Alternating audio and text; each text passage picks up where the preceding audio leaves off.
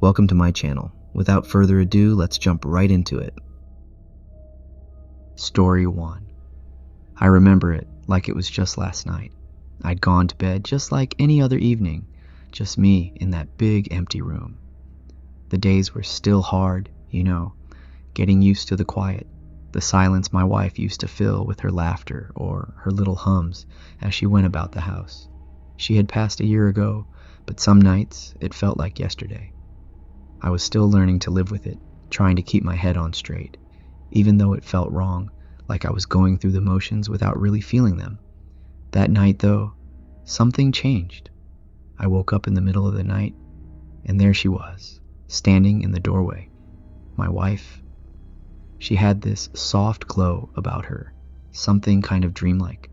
She was wearing one of her old nightgowns, the one I always thought was too long, trailing just a bit on the floor. Her hair fell around her shoulders, and she looked like she was about to say something.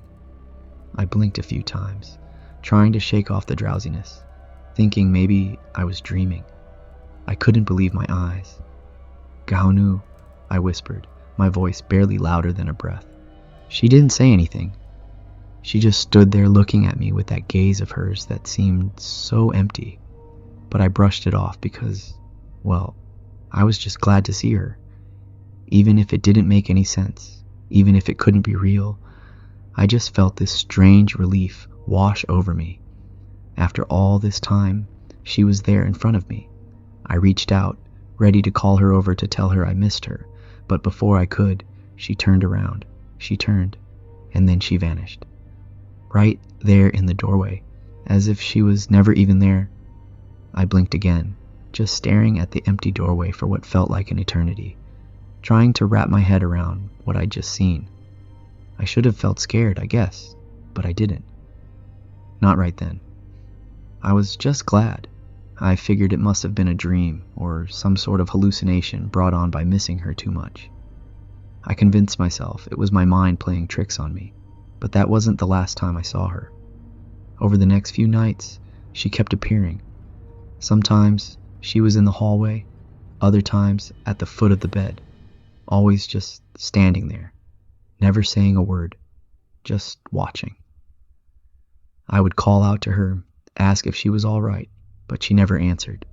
She would just look at me with that same blank expression, like she wasn't really there, like she was hollow.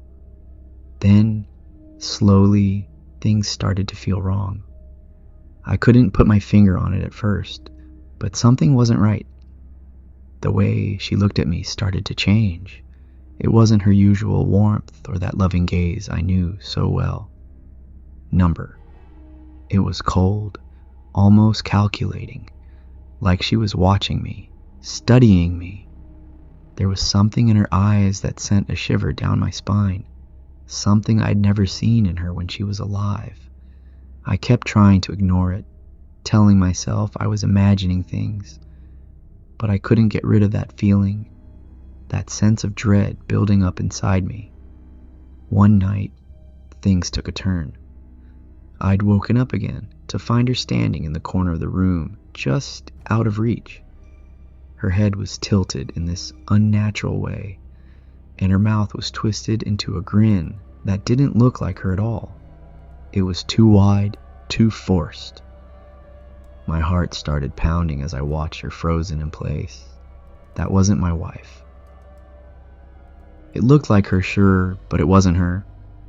And then she did something that shook me to my core. She started moving toward me, but not like a person would. Her movements were jerky. Her grin never wavered. Her eyes never left mine. I felt my whole body go cold as she got closer and closer, and I wanted to scream, to tell her to stop, but my voice was caught in my throat. I couldn't move, couldn't think, couldn't breathe. She reached out, her fingers brushing against my arm, and I swear it felt like ice. I jumped back, scrambling out of bed, and as soon as I moved, she stopped, just stopped, like a statue. Her eyes followed me as I backed away, inching toward the door, my heart racing so fast I thought it would burst. And then, just as suddenly as she'd appeared, she was gone. One blink and the room was empty again. I couldn't stay there anymore. I grabbed my keys and ran out of the house, not even bothering to pack a bag. I drove straight to my friend's place, not caring that it was the middle of the night. I just knew I couldn't go back there, couldn't face whatever that thing was that was pretending to be my wife. My friend let me crash on his couch, didn't ask too many questions. He could see I was shaken, and I think he just figured I'd talk when I was ready. Over the next few days, I tried to make sense of it all. I went over every memory I had, every little detail, trying to convince myself it was just a trick of the mind, some weird way of coping with the grief. But I knew, deep down, that it wasn't just my imagination. That thing in my house wasn't my wife, it was something else.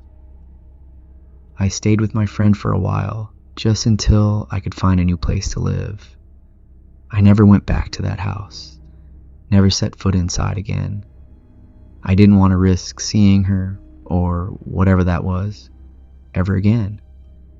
Even now, I still think about it sometimes, still see her face in my dreams. But it's not the face of the woman I loved.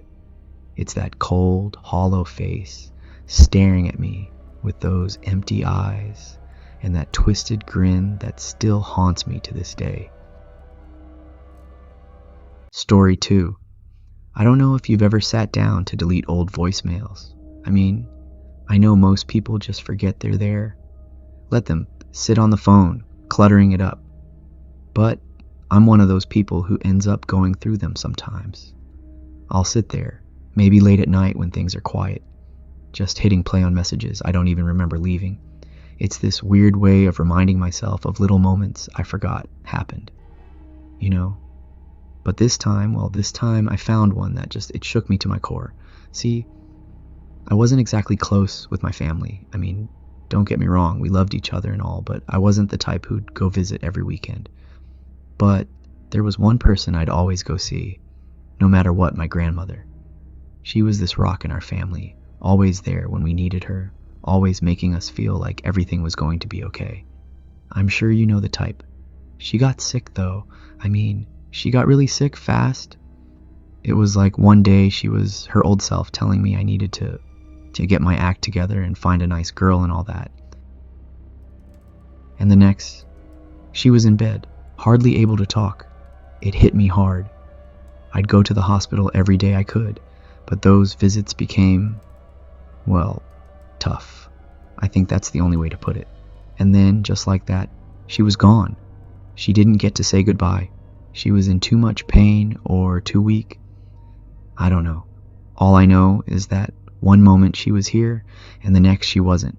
It was like this piece of me just got ripped out, Like suddenly I was floating in the dark and no one could really understand how much I missed her.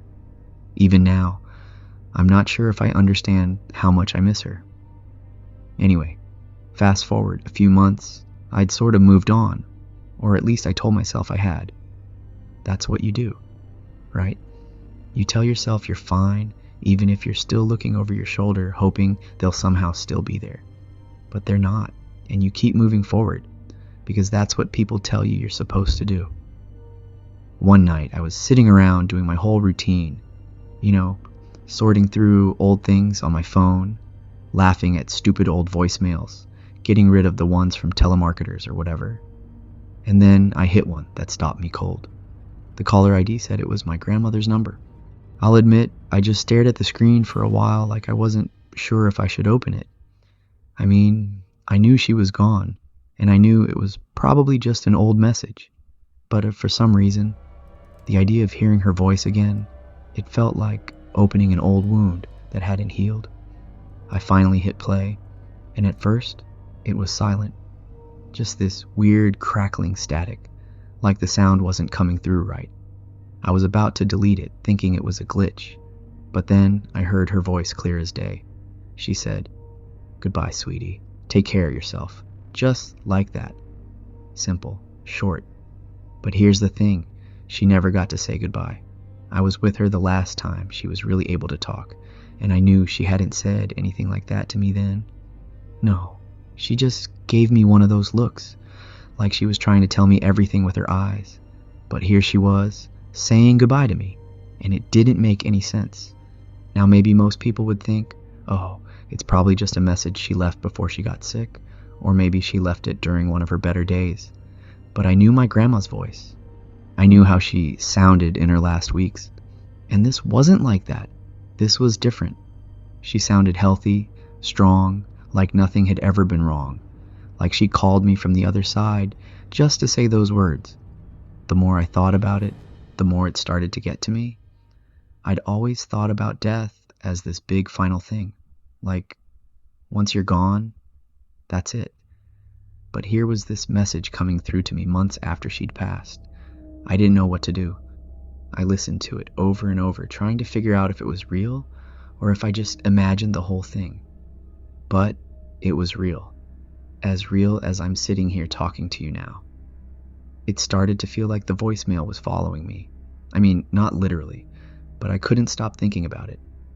Every time I tried to sleep, I'd hear her voice saying goodbye over and over. I tried to convince myself that it was just a glitch or some old message that got resent somehow. I even tried telling myself that I must have just wanted to hear her so bad that I'd imagined it.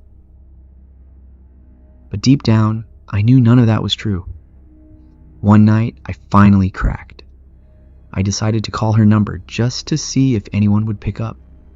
I knew there was a chance that someone else might be assigned her number now, but I just wanted to give it a try. So I called, and of course no one answered. It went straight to voicemail. But here's where things get weird. The message on her voicemail, it wasn't the one she'd had before. I know because I used to call her all the time, when she was alive. Her old message used to say, "Hello, hello, please leave a message." Simple, right? But now it was different. Now it said, "Goodbye, sweetie. Take care of yourself." The exact same words she'd said in that message, I found. I hung up the phone so fast, I almost dropped it. I mean, there was no way that could have just changed on its own. I knew she'd never updated it, and who would have done it after she passed? I thought about it all night, pacing around, staring at my phone, half expecting it to ring or get another message, but nothing happened. The voicemail stayed there, her voice repeating those same words. I didn't sleep at all. How could I? It was like I was suddenly haunted, like she'd found a way to reach out to me from somewhere else, somewhere I couldn't follow. After that, I couldn't stop thinking about the possibility that maybe she was still around. Not in a creepy ghost way, but like in the background, watching over me or something. It didn't make sense, and I still don't understand it. But whenever I'd feel down or start missing her too much, I'd play that message. I'd let her voice fill the room, and for a second I'd feel like everything was back to normal, like she was just a phone call away. But then one night I was playing the voicemail, just like usual, when something changed. I could have sworn I heard something else in the background, like a faint whisper or another voice. It was so soft, I almost missed it, but I rewound and listened again. And sure enough, there it was, just after she said goodbye, this little, almost imperceptible voice saying, "Don't follow, don't follow." I didn't know what that meant, and to this day, I still don't. But it scared me. Scared me to the point that I stopped playing that voicemail. I couldn't bring myself to delete it. I mean, how could I? It was the last piece of her I had left. But something about those words, "don't follow," it felt like a warning. Like maybe she was telling me to let go, to stop holding on to her so tight. So now it's just sitting there on my phone. I don't listen to it anymore, but I can't delete it either. Some part of me wonders if I'll ever understand what it all meant. Maybe one day, I'll get brave enough to listen to it again, see if I hear anything new, or maybe I'll just leave it there. A reminder that some things aren't meant to be understood. But if you ask me, sometimes I still feel like she's around, just in little ways, like a breeze.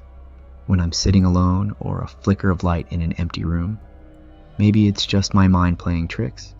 Or maybe it's her way of letting me know she's watching over me, even if I can't hear her anymore. And as much as it scares me, it's also kind of comforting, you know? Like maybe goodbye doesn't have to be the end after all. Thank you for listening to this video. I'll see you in the next one.